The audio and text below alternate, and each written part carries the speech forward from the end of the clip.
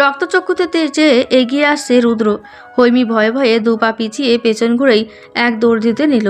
সাথে সাথে রুদ্র খপ করে তার হাত চেপে ধরে টেনে নিয়ে গাড়িতে বসিয়ে নিজেও উঠে পড়ল। প্রচণ্ড স্পিডে গাড়ি চালিয়ে নিজের বাড়ির সামনে গাড়ি থামালো। অদ্ভুত ব্যাপার, চারদিক অন্ধকারে ছেয়ে গেছে। দিনের বেলা হঠাৎ এমন অন্ধকার হয়ে গেল কেন, ভাবল হৈমি। সেই অন্ধকারে হৈমিকে রুদ্র হিড়হিড় করে টানতে টানতে নিয়ে বাড়ির ভেতর প্রবেশ করলো। একদম নিজের রুমে গিয়ে বিছানায় ছুঁড়ে ফেলে দরজার সিটকেরি লাগিয়ে দিল। এতক্ষণ হৈমি প্রচুর চিল্লিয়েছে রুদ্রর হাত থেকে বাঁচার জন্য, ছটফট করেছে, তবুও রুদ্র ছাড়েনি, একটা শব্দও করেনি। দরজা লাগিয়ে নিজের পরিহিত কাবলিটা খুলে ফেলল রুদ্র। কি ভয়ঙ্কর দেখতে লোকটা! এর সামনে চারটে হৈমিও যেন কিছুই না। মারাত্মক ভয়ঙ্কর লাগছে লোকটাকে। চাহনিটাও খুবই হিংস্র লাগছে। এই চাহনি দিয়েই আজ বুঝি ভস্ম করে দেবে সে হৈমিকে।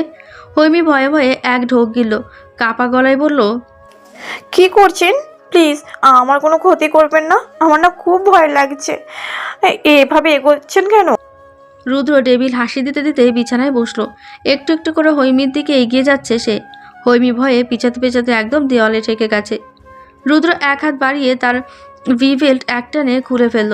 হৈমি এবার প্রচণ্ড কাঁপতে শুরু করলো ভয়ে ভয়ে ভয়ে কাঁপতে কাঁপতে হাত জোর করতে শুরু করলো। আমার কোনো ক্ষতি করবেন না। তার কথায় রুদ্র আরও দ্বিগুণ মজা পেয়ে তাকে বিছানায় চেপে ধরে বলল, কেন ছাড়বো? ছাড়বো না তোকে। আমি কতবার বলেছিলাম, তোকে কতবার বুঝেছিলাম, এভাবে বের হবি না তুই। মানুষকে তোর বডি ফিগার দেখিয়ে খুব আনন্দ পাস, তাই না? ছেড়ে দিন আমায়, ভুল হয়ে গেছে, আর আমি কখনো এমন হবে না। রুদ্র ধীরে ধীরে মুখ এগোতে এগোতে বলল, বলছো তো তুই কেন করবি? এবার ভুল আমাকেও করতে দে। বারবার বলেছিলাম এভাবে না বের হতে, তুই শুনিস নে। তুই আমাকে নিয়ন্ত্রণে থাকতে দিস নে। এবার তোর সব ভুলের শাস্তি আমি নিজে ভুল করে দেব। বলে ঠোঁটজোড়া নিজের দখলে নিয়ে নিল। চিৎকার করে উঠে বসলো হৈমি। শরীর কাঁপছে তার, গলা শুকিয়ে কাঠ হয়ে গেছে। পুরো রুম অন্ধকার, ভয়ে কাঁপতে কাঁপতে হেঁচকি উঠে গেছে তার। শরীর ঘেমে জামা কাপড় শরীরের সাথে লেপটে গেছে। ঘুমানোর সময় ফ্যান অন করে ঘুমিয়েছিল, এখন অফ, তার মানে কারেন্ট চলে গেছে। আশেপাশে কাতরাতে লাগলো। কাপা হাতে বালিশের পাশের ফোনটা হাতে নিল। নয়নের নাম্বার ডায়াল করলো। রিসিভ হতেই হাউমাউ করে কেঁদে উঠল। নয়ন শোয়া থেকে তাড়াহুড়োই উঠে বসলো। আতঙ্কিত হয়ে জিজ্ঞেস করলো, আয় হৈমি, কি হয়েছে? কাঁদছিস কেন? ভয়ঙ্কর কিছু স্বপ্ন দেখেছিস?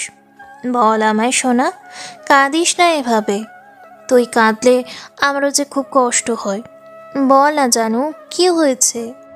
হৈমি ফুপিয়ে উঠল। নয়ন ধীর আওয়াজে বলল, টেবিলে পানি থাকলে খেয়ে নে, তারপর আস্তে ধীরে বল কি হয়েছে। স্বপ্ন দেখেছিস? শিওর, কি দেখেছিস সেটা বল। হৈমি অন্ধকারে একটু সরে বসে হাত বাড়িয়ে টেবিলে থাকা গ্লাসটা নিল। আগেই পানি ভরা ছিল। ঢকঢক করে এক গ্লাস পানি শেষ করে বেশ শব্দ করে এই গ্লাসটা রাখলো। এখনও তার হাত পা কাঁপছে ভয়ে। এক ঢোক গিলে নিয়ে পুরো স্বপ্নটা নয়নকে বলল। সব শুনে নয়নও এক ঢোক গিলল। ভয়ে পরক্ষণে হৈমির ভয় কাটানোর জন্য বলল, আরে ইয়ার, স্বপ্ন তো স্বপ্নই, এটা নিয়ে এত সিরিয়াস কেন হচ্ছিস? নিশ্চয়ই রুদ্র ভাইয়াকে নিয়ে একটু বেশি চিন্তা করছিস আজকাল। হৈমি কাপা গলায় গতকালের সব ঘটনা খুলে বলল নয়নকে। সব শুনে নয়ন তো আরও ঘাবড়ে গেল। ঘুম তার একদম উড়ে গেল। গালে হাত দিয়ে বলল, তুই রুদ্র ভাইয়াকে জড়িয়ে ধরেছিস? ও মাই গড, বলিস কি রে? তুই এমন সাহস করলি কি করে? কি ব্যাপার বলতো? Something something? না না, নাথিং। আমি সামথিং করবই না। আজ যা স্বপ্ন দেখলাম তারপর তো একদমই না। তুই ভাবতে পারছিস না উনি আমার সাথে কি অসভ্যতাই না করেছে। কেঁদে কেঁদে বলল হৈমি। নয়ন হিহি করে হেসে উঠল আর বলল, সারাক্ষণ উল্টা পাল্টা চিন্তা করিস, রুদ্র ভাইকে ভিলেন বলে গালাগালি দিস, তাই তো স্বপ্নে ভিলেন হয়ে অ্যাটাক করেছে। শোন, এরপর হিরো হিরো গালাগালি করবি, তাই হিরোগিরি দেখাবে স্বপ্নে এসে, বুঝলি? নয়নের কথা শুনে হৈমি কেমন ডুকরে কেঁদে উঠল, যার অর্থ সে মজার মুডে নেই। সে সাংঘাতিক ভয় পেয়েছে। নয়নের এবার ভীষণ খারাপ লাগলো। মেয়েটা খুব ভয় পাচ্ছে ভেবে ফোন কেটে দিয়ে রুম ছেড়ে বেরিয়ে মাহেবের দরজার সামনে গিয়ে ঠকঠক করতে লাগলো। এদিকে ফোন কেটে দেওয়ায় হৈমি ভয়ে গুটি গুটি মেরে বসে রইল। এখনও তার শরীর কাঁপছে, কারেন্টটাও নেই। নয়নের কাছে সব শুনে মাহিরের বুকের ভেতরটা কেমন অস্থিরতায় ভরে গেল। নয়নকে বলল, চল আমার সাথে। সত্যি যাবে? 3:45 বাজে। মা বকবে না? জানলে তো বকবে। তুই বের হ, আমি বাইক বের করছি। নয়ন হৈমিকে ফোন করে বলল, দোস্ত ভয় পাস না, আমি আর ভাইয়া আসছি, তোর সব ভয় দূর হয়ে যাবে। চুপি চুপি এসে দরজাটা খুলে দে। হৈমি ফোনের ফ্ল্যাশ চালিয়ে ভয়ে ভয়ে রুম ছেড়ে বেরিয়ে বাচ্চাদের রুমে উকি দিল। তারা বেঘরে ঘুমাচ্ছে। দাদুর রুমে দরজা লক করা। পা টিপটিপিয়ে গিয়ে দরজা খুলে দিয়ে নয়নকে দেখতেই জড়িয়ে ধরল। চোখ দিয়ে পানি পড়ে যাচ্ছে তার। মাহের মলিন চোখ মুখ চেয়ে সেই কান্না দেখছে। ভেতরটা তার একদম পুড়ে যাচ্ছে। সে মুহূর্তে সিদ্ধান্ত নিয়ে নিল, না আর দেরি নয়। হৈমির পরীক্ষা অবধি ওয়েট করা যাবে না। বাকি পদার হিমি একা হাঁটবে না, ওর পাশে আমি থাকবো। আমার হাতে হাত রেখে সারা জীবন পার করবে সে। আমার বুকে মাথা রেখে সারা জীবনের সব রাত কাটবে। কোনো ভয় তাকে আর জড়াতে পারবে না। নিচু স্বরে বলল, নয়ন ছাদে চল, এখানে দাঁড়িয়ে থাকা ঠিক হবে না। নয়ন বুঝিয়ে শুনিয়ে হৈমিকে ছাড়িয়ে ওর হাতটা চেপে ধরে ছাদে চলে গেল। কাঠের বেঞ্চিতে দুজন বসলো। মাহের ছাদের বর্ডারে বসলো। নরম স্বরে বলল, তুমি যদি এখন স্বপ্ন দেখো তুমি চিকু মামার ছেলেকে বিয়ে করেছো, তাই কি তুমি তার ছেলের বউ হয়ে যাবে? না, ওই 5 বছরের বাচ্চাটা তোমার হাজবেন্ড হয়ে যাবে। ভয়ের মধ্যে মাহিরের এমন কথায় হৈমি বেকুব বনে গেল। তীক্ষ্ণ চোখে চেয়ে বলল, কি বললে তুমি? ওই হাঁটুর বয়সী ছেলেকে আমি বিয়ে করব? নো ম্যাডাম, আপনি ভুল শুনছেন। আমি বলেছি যদি এটা স্বপ্ন দেখেন তাহলে তাই সত্যি হবে নাকি? মোটেই না। ভেঙচি কেটে বলল হৈমি। ফোনের ফ্ল্যাশ জ্বলছিল। জ্যোৎস্নার আলোতে স্পষ্ট সেই ভেঙচি দেখতে পেল মাহির। মুচকি হাসলো সে। নয়নও হৈমির কাজ জড়িয়ে মিটিমিটি হাসছে। বলল মাহির, তাহলে তুমি একটা অদ্ভুত স্বপ্ন দেখতেই পারো, তাতে এত ঘাবড়ে যাওয়ার কি আছে? আর যাকে নিয়ে দেখছো মানুষটা মোটেই অমন নয়, বদমেজাজি, রাগী বা চরিত্রহীন নয়। অতিরিক্ত ভয় থেকে এমন হয়েছে। বলল মাহির। তুমি কি এখানে ওনার প্রশংসা করতে এসেছো নাকি আমাকে গান শোনাতে? অভিমানী স্বরে কথাটা বলল হৈমি। মাহির মৃদু হাসলো। নিচু গলায় বলল, এত রাতে গান গাইলে দাদু এসে লাঠি বাড়ি ফালাবে পিঠে। ফালাবে না, আস্তে করে গাইবে। এই যে কান পেতে দিয়েছি, কানে কানে শোনাও। গাল এগিয়ে দিয়ে বলল হৈমি। নয়ন খিলখিল করে হেসে উঠল। মাহিরও হাসলো। এরা দুজনই হৈমিকে প্রচণ্ড পরিমাণে ভালোবাসে। হৈমির মুখের হাসি ফোটানোর জন্যই এত রাতে এদের আগমন। তাই সেই হাসির জন্য যা করতে বলা হবে সব করতেই প্রস্তুত মাহির। তাই নিচু গলায় সুরেলা কণ্ঠে গান ধরল। বৃষ্টি ভেজা স্বপ্ন দে, রোদেলা কিছু গল্প দে, বাসবো ভালো কাছে আয়, ও জানে যা। বৃষ্টি ভেজা স্বপ্ন দে, রোদেলা কিছু গল্প দে, বাসবো ভালো কাছে আয়, ও জানে যা। থাকবো পাশে রাত দিন, তোকে ছাড়া খুব কঠিন। আজ ইশক তোর কাটে না যে ঘোর কেন বল। বৃষ্টি ভেজা স্বপ্ন দে, রোদেলা কিছু গল্প দে, বাসবো ভালো কাছে আয়, ও জানে যা। ঠোঁটের কোণে হাসি লেগে আছে হৈমির। নয়নও হাসছে। মাহির একধানে হৈমির পানে চেয়ে আছে আর গান গাইছে। তার ঠোঁটের কোণেও বেশ হাসি। সেই হাসিটা এতই প্রশস্ত যে গালের টোলটা স্পষ্ট দেখতে পাচ্ছে হৈমি। শ্যামবর্ণে মাহির দেখতে মন্দ নয়। শেভ করায় শ্যামবর্ণের আরও দ্বিগুণ উজ্জ্বলতা বেড়ে গেছে। এত সুন্দর কিউট ভাইয়ার জন্য খুব তাড়াতাড়ি একটা কিউট ভাবে খুঁজতে হবে, নয়তো এই সুরের জন্যই না জানি কোন শাকচন্নি তুলে নিয়ে যাই। ভেবেই কিলকিল করে হেসে উঠল। নয়ন বলল, উফ, এই মেয়ে হাসতেও দেরি লাগে না, কাঁদতেও দেরি লাগে না। ব্রাদার চলো যাই, মহারানীর মন ফুরফুরা হয়ে গেছে এখন। রুদ্র সাবান নিয়ে বেরিয়ে পোশাক পরে নিল। ঘড়ি ওয়ালের সব নিয়ে চুলগুলো আওড়াতে আওড়াতে বের হচ্ছিল। তখনই সূচনার সাথে বেজে পড়ল। সূচনা তার রুমে আসছিল। রুদ্র খানিকটা সরে গিয়ে কর্কশ গলায় বলল, চোখে দেখিস না? চোখ কোথায় নিয়ে ঘুরিস? এই ঘরের সময় কেন? তোকে না সাবধান করেছি আমার রুমে আসবে না, এটা আমার একদমই পছন্দ না। বাইরে কি লেখা দেখিস না? কফি দিতে আসিস, নিষেধ করে নি। সবসময় একদম এই ঘরে আসার চেষ্টা করবি না। সূচনা চোখ দুটো টলমল করছে, মাথা নিচু করে বলল, বিছানা গোছাতে এসেছিলাম। হোয়াট? রুদ্র ধমকে কেঁপে উঠল সূচনা। রুদ্র দাঁতে দাঁত চেপে বলল, তোকে সব কি করতে বলেছে? আমি বলেছি এই বাড়িতে তোকে আমার কাজ করার জন্য রাখা হয়? নিজের চরকে তেল দে, আমাকে নিয়ে তোরা তো না ভাবলে চলবে। রুদ্র ধমকে কাঁপছে সূচনা। রুদ্র আর এক সেকেন্ডও না দাঁড়িয়ে চলে গেল। সূচনার চোখ দিয়ে টপ টপ করে পানি পড়তে লাগলো। ইদানিং এত খারাপ আচরণ কেন করে ও আমার সাথে? হৈমির জন্যই কি এই পরিবর্তন? আগে তো এমনটা করেনি, তাহলে এখন এমন করে কেন? না, আগে তো জানতো না। ওর বিছানা আমি গুছাই না, তাই হয়তো। তাছাড়া সবারই তো এই রুমে আসা নিষেধ, খালামণি বাদে। চোখের পানি মুছে বিছানাটা গুছিয়ে বেরিয়ে গেল সূচনা। নিচে সুরভি বেগমের সাথে বেশ তর্ক শুরু হয়ে গেছে রুদ্রর। তুমি আমার কাজ করতে না পারলে বলো, আমি কাজের লোক রেখে দিচ্ছি। এই বাড়িতে কাজের লোক অ্যালাউ করি না, কারণ যতদিন তোমরা কাজে সক্ষম ততদিন অন্যদের দিয়ে কাজ করাতে চাইনি। তাই বলে তুমি আমার কাজ আরেকজনের ঘাড়ে চাপিয়ে দেবে? রেগে চোখ মুখ শক্ত করে বলল রুদ্র। সূচনার ঘাড়ে চাপিয়ে দেওয়া হয়নি, ও কাজটা ভালোবেসেই করে। এত রাখছিস কেন তুই? বলল সুরভি বেগম। ভালোবেসে আমার কাজ না করে নিজের কাজটা করতে বলো। পড়াশোনা করতে পারো, নিজের আরও অনেক কাজ আছে, সেগুলো করতে পারো। এরপর যেন এসব না দেখে।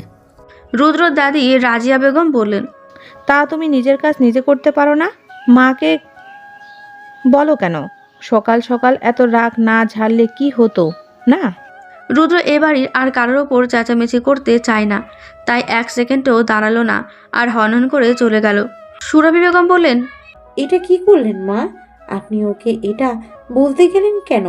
রাগ করে আর বাড়ি আসবে না। বলেই কেঁদে দিল। রাজিয়া বেগম বললেন, তুমি আমার কাছে কৈফত চাইছো বৌমা? ছেলেটাকে তো বানিয়েছো এক বেয়াদব, বড়টার মতো তো আর ছোটটা বানাতে পারলে না। নয়না চুপচাপ দাঁড়িয়েছিল মাথা নিচু করে। সুরভি তার দিকে যেয়ে আবার শাশুড়ির দিকে তাকালো। ছেলে বউয়ের সামনে আমি তর্কে যেতে চাই না মা, আশা করি আপনি বাধ্য করবেন না। দাদির মুখটা চুপসে গেল। বেশি বলতে গেলে তার হাড়ি ভেঙে যাবে, তাই চুপচাপ ড্রয়িং রুম থেকে সরে গেল। নয়না শাশুড়ির কথাটা শুনে রান্নাঘরে কাজে চলে গেছে। সূচনার মাথা নিচু করে নিচে এলো। তার জন্যই কত অশান্তি হয়ে গেল। কিন্তু কি করবে সে তো ভুল করছে না, তবু মানুষটা রেগে যাচ্ছে ভেবেই এক দীর্ঘশ্বাস ছাড়ল। কলেজ গেটের সামনে গাড়ি থামালো রুদ্র। বসে সিগারেট ধরালো একটা। 9টা বাজে, হৈমি এখনই আসবে ভেবেই অপেক্ষায় রইল। কিছুক্ষণ পরই আবির এলো। রুদ্রর সামনে গিয়ে বলল, নীরব ওর বউকে নিয়ে বেড়াতে যাবে, কাল থেকে অফিস জয়েন করবে, তাই আগের দিন বউকে নিয়ে একটু ঘোরাঘুরি করবে বলল, আর 7-8 ঘন্টার মাঝেই এসে যাবে। রুদ্র আবিরের দিক চেয়ে চেয়ে সিগারেট টান দিয়ে যাচ্ছে। আবির এক হাত পকেটে রেখে আরেক হাতে ফোন টিপতে লাগলো। গাড়ির সামনে হেলান দিয়ে দাঁড়িয়ে। হৈমি নয়ন গাড়ি দেখে আর আবিরকে দেখেই বুঝলো রুদ্র আজও এসেছে। হৈমি মনে মনে ভাবলো, কালো এই ঘটনা করায় নিশ্চয়ই উনি ভেবেছে আমি ওনার প্রতি দুর্বল হয়ে গেছি। ইস, কি যে হয়েছিল তখন আমার! এই কাজটা কেন যে করলাম আমি! ছি!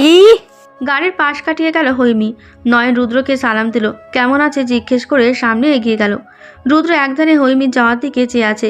সেই দৃষ্টি হৈমির দৃষ্টিতে পড়লে হয়তো ভয়ে তার বুকটা কেঁপে উঠত। এ দৃষ্টি একদম আলাদা, যার গভীরত্ব বিশাল। গেটের কাছে যেতে আবির চেঁচিয়ে বলল, পিছিরা এসে গেছে যে। বলে দ্রুত পায়ে এগিয়ে গেল। হৈমি নয়ন দুজনেই থেমে গেছে। হৈমির বুকটা দুরু দুরু করছে। রুদ্র চোখে সে না তাকালেও তার বড্ড অস্বস্তি হচ্ছে। হয়তো রুদ্র চাহনিতে অজান্তেই এই অস্বস্তি সৃষ্টি হয়েছে তার। হায় পিছিরা। আবিরের দিকে তাকাতেই হৈমি মনটা শান্ত করলো। চোখে মুখে দুষ্টুমি নিয়ে বলল, হ্যালো বুইড়া বেটা। নয়ন মুচকি হাসলো। আবির চোখ মুখ কুচকে বলল। এই, আমাকে কি বুড়ো মনে হয় তোমাদের? হৈমি কোমরে দু হাত রেখে তীক্ষ্ণ চোখে চেয়ে বলল। আমাদেরকে পিচ্ছি মনে হয় আপনার? দেখছেন না কলেজে পড়ি কত ছেলে লাইন দিয়ে রাখেন জানেন? পিচ্ছি হলে কি প্রেম করার জন্য ছেলের লাইন দিয়ে রাখতো নাকি? লাভ লেটার পাঠাতো নাকি? বলে চোখ মারলো। আবির কিছু বলতে যাবে তার আগেই ফোন বেজে উঠল। হৈমি নয়নকে আঙুল দেখিয়ে বলল। 1 মিনিট, উত্তর দিচ্ছি, ওয়েট। হৈমি নয়ন দুজনেই ভেঙচি কেটে ভেতরে চলে গেল। ছুটির পর নয়ন আর হৈমি গেছে ফুচকা খেতে। বারবার বলছে, মামা 2 প্লেট ফুচকা দিন তো। অথচ মামা দিচ্ছে না। পেছন দিকে কি দেখছে আর ঢোক গিলছে। হৈমি বা ঝগড়া শুরু করে দিল ফুচকা দিচ্ছে না বলে। নয়ন বলল।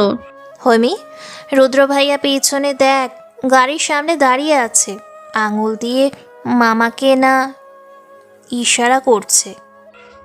হৈমি পেছনে চেয়ে রুদ্রকে রোবটের মতো দাঁড়িয়ে থাকতে দেখল। তার পাশে দাঁড়িয়ে দাঁত কেলাচ্ছে সাদমান। হৈমি তীক্ষ্ণ চোখে চেয়ে আবার ফুচকার মামার দিকে তাকালো। কড়া গলায় বলল। মামা ফুচকা দিন 2 প্লেট। মামা আবারও ঢোক গিলল। একদিকে মেয়েটা ধমকায়, আরেকদিকে ছেলেটা ভয় দেখায়। কোন দিক যাবে সে? হৈমি এবার মামাকে বলল। ফুচকা না দিলে দোকান উল্টে দেব। এই নয়ন, চল তো দোকানটাই উল্টে দিই। ওই লোকটার ইশারায় ভয় পাচ্ছে, আর আমি যে ধমকাচ্ছি ভয় পাচ্ছে না। মামা অসহায় চোখ মুখে অনুরোধ করলো। হৈমির মনটাও গলে গেল, কিন্তু রাগ হলো রুদ্রের ওপর। পেয়েছেটা কি লোকটা? ফুচকা খেতে আসছি আর খেতে দিচ্ছে না। ভেবেই চোখ মুখ কুচকে শটাং শটাং পা ফেলে রুদ্রের দিকে এগিয়ে গেল। নয়ন এত ডাকলো তবুও থামলো না। রুদ্রের সামনে গিয়ে চোখ মুখ শক্ত করে বলল। আপনি ফুচকা খেতে দিচ্ছেন না কেন? মামাকে না করছেন কেন? মনে হচ্ছে আপনার টাকা দিয়ে ফুচকা খাবো? এই যে শুনুন, আমার বাবার পেনশনের টাকা এগুলো দিয়ে আমি ফুচকা খাবো, ঝালমুড়ি খাবো, চকলেট খাবো। আপনার টাকা তো খরচ করছি না, তাহলে আপনার গায়ে ফোসকা পড়ছে কেন? নয়ন, গাড়িতে বসো, আমি পৌঁছে দিচ্ছি বাসায়, বলল রুদ্র। নয়ন চুপচাপ গাড়িতে উঠতে নিতেই হৈমি নয়নের হাত চেপে ধরে বলল। ওই শালি, তোরে উঠতে বলবো আর তুই উঠবি? কথাটা শুনে রুদ্রের মাথায় যেন রক্ত উঠে গেল। এইটুকুন মেয়ের একই ভাষা। শুকনিটের বাচ্চারা এসব ভাষা শুনলে এগুলোই শিখবে। নিচে ঠোঁট কামড়ে ধরে হৈমিকে তার দিক ঘুরিয়ে গালে থাপ্পড় লাগিয়ে দুগাল চেপে ধরে বলল। চুপচাপ গাড়িতে বসো। তোমার মতো বেয়াদবকে এভাবে ছাড়া অন্য কোনো উপায় পাওয়া যায় না। সাদমান বলল। রুদ্র মানুষ দেখছে, ছাড় ওকে। রুদ্র ছেড়ে দিল। হৈমি ঠোঁট ফুলিয়ে কেঁদে উঠল। নয়ন হৈমির হাত টেনে ভেতরে বসালো। আবির পুরো 2 ব্যাগ ভালো মানের ফাস্টফুড খাবার এনে সাদমানের হাতে দিল। সাদমান সেগুলো নিয়ে গাড়িতে উঠে বসলো। রুদ্র ওপাশ দিয়ে গাড়িতে উঠে বসে গাড়ি স্টার্ট দিল। নয়নের বাড়ির সামনে নয়নকে নামিয়ে দিল। 1 ব্যাগ খাবার নয়নকে দিয়ে সাদমানও নেমে পড়লো সেখানে। রুদ্র পেছন দিক চোখ উল্টে চেয়ে বলল। সামনে আসো। আসবো না, আপনি আমাকে মেরেছেন। যাবো না, আমি এখানেই বসে থাকবো। চুপচাপ সামনে আসো, ধমকে বলল রুদ্র। সাদমান বাইরে থেকে করুণ গলায় বলল। পিচ্ছি বোনু রাগ করে না, সামনে যাও। হৈমি ঠোঁট ফুলিয়ে মিনমিন স্বরে কাঁদতে কাঁদতে সামনে গিয়ে বসলো। রুদ্র নয়নের বাড়ির সামনে থেকে গাড়িটা বেশ কিছু দূর নিয়ে ব্রেক করলো। যতই কাছাকাছি না থাকার চেষ্টা করুক তবুও বাধ্য হয় কাছাকাছি আসার। গভীর এক শ্বাস ছেড়ে গম্ভীর গলায় হৈমি বলল। এদিক ঘোরো। ঘুরবো না, আপনি আমায় মেরেছেন। আপনি খুব খারাপ একটা লোক। আই সেইড ঘুরো এদিকে। গভীর এক শ্বাস ছেড়ে গম্ভীর গলায় হৈমিকে বলল। চোখ মুখ খিচে ঘুরল রুদ্রের দিকে। রুদ্র কেমন এক চাহনিতে তাকালো। এক ঢোক গেলে তার ডান হাত বাড়িয়ে হৈমির বাঁ হাতে আলতো করে স্পর্শ করলো। কেঁপে উঠল হৈমি। ব্যথায় গালটা টনটন করে উঠল। চোখ জোড়া বুঝে ফেলল সে ঠোঁট জোড়া কাঁপছে তার। এ দৃশ্য দেখে চোখ সরিয়ে হাতও সরিয়ে নিল রুদ্র। সিটে হেলান দিয়ে নিজের চোখ দুটো বন্ধ করে ফেলল। প্রায় 10 মিনিটের নীরবতা পালন করার পর চোখ খুলল রুদ্র। হৈমির চোখ দিয়ে পানি পড়ছে অবিরত। রুদ্র আর চোখে হৈমির কান্না মিশ্রিত মুখটা দেখে সামনের দিকে দৃষ্টি স্থির রেখে ভারী আওয়াজে বলল। ব্যাগে খাবার আছে, পছন্দ হলো যে একটা খাও, তারপর বাড়ি দিয়ে আসছি। হৈমি কিছুই বলল না। রুদ্র দিকে তাকালো না অবধি। আজ অবধি তার গায়ে কেউ হাত তোলেনি, এই একজন ছাড়া। তার জীবনে কষ্টের শেষ নেই, তবুও গায়ে হাত তোলার সাহস করেনি কেউ। অথচ পাশের লোকরা দিনের পর দিন তার গায়ে হাত তুলছে। আর যদি বাবা মা বেঁচে থাকতো অবশ্যই এর জন্য রুদ্রের সাথে প্রতিবাদ করত। এতিম বলে সবাই কষ্ট দেয় ভেবেই আরও দ্বিগুণ কান্না চলে এলো হৈমি। রুদ্র কান্নার শব্দ পেয়ে এক দীর্ঘশ্বাস ছাড়ল। সে যে নিজেকে কন্ট্রোল করতে পারে না, আর না পারে বুঝিয়ে কিছু বলতে। রাগের মাথায় মেয়েটাকে মেরে পরে নিজেরই ভীষণ কষ্ট হয়, যেমন এখন হচ্ছে। কিন্তু বোঝাবে কি করে? তার কষ্টগুলো যে কাউকে কোনোদিন বোঝাতে পারেনি, তাই তো তার কষ্টের ভাগ কেউ নিতে পারেনি। আবারও বলল, যা বললাম তাই করো। এভাবে কাঁদছো কেন? কেন কাজেন বুঝছেন না? আসুন বুঝিয়ে দিই, গালটা এগিয়ে দিন। রেগে চোখ দাঁত কটমট করে কথাটা বলল হৈমি। রুদ্র ভ্যাবাচাকা খেয়ে গেল। এই মেয়ে বলে কি? মাথা ঠান্ডা রেখে শীতল দৃষ্টি নিক্ষেপ করে বলল, পড়াশোনা করছো, বড় হচ্ছ, মুখের ভাষা স্বভাব আচরণ ঠিক করতে হবে, নয়তো কপালে দুঃখ আছে। হ্যাঁ, আপনি যতদিন আমার পাশে পাশে আছেন দুঃখ তো থাকবেই। কেন আমার পিছু লাগাচ্ছেন? কেন আমার ব্যাপারে নাক গোলাচ্ছেন? দুনিয়ায় আর মেয়ে নেই? রুদ্র সোজা হয়ে বসে হৈমির দিকে ঘুরল। হৈমি চোখ মুখ ভয়ার্ত করে ফেলল। এই বুঝি আবার দেয় আরেকটা। রুদ্র হৈমির মুখভঙ্গি দেখে আরেকটু এগিয়ে গেল।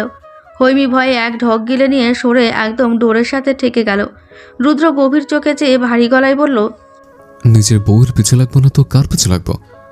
বউ যদি বেফাস কথা বলতে বলে, বেফাস চলাফেরা করে, শাসন তো করতে হবে। বউ থাকতে দুনিয়া অন্য মেয়ে খুঁজবই বা কেন? রাগে গম্ভীর স্বর বদলে এমন নেশাময় শব্দ উচ্চারণ করায় রুদ্রকে ভয়ঙ্কর লাগছিল।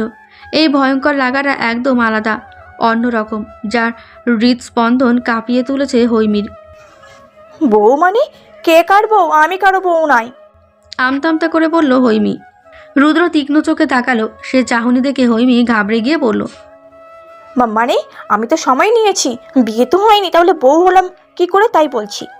রুদ্র বাঁকা হাসলো, যার অর্থ হৈমি বুঝল না। নিজের সিটে গা এলিয়ে বসে বলল, ব্যাগ থেকে চলতি খাবার খেয়ে নাও, কথা পারবে না। যা বলছে ঠিক তাই করবে, ফাস্ট।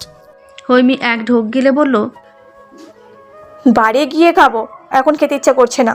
তাড়াতাড়ি দিয়ে আসুন আমায়। যা বলছি তাই করো হৈমি। আমার পাশে আমার সামনে খাবে তুমি, ব্যাস। ধমককে সুরসুর করে ব্যাগ থেকে বার্গার বের করলো হৈমি। আরও অনেক খাবারই ছিল। বেশ অবাক হলো, তার জন্য এত কিছু এনেছে লোকটা। লোকটা এত রহস্যময় কেন?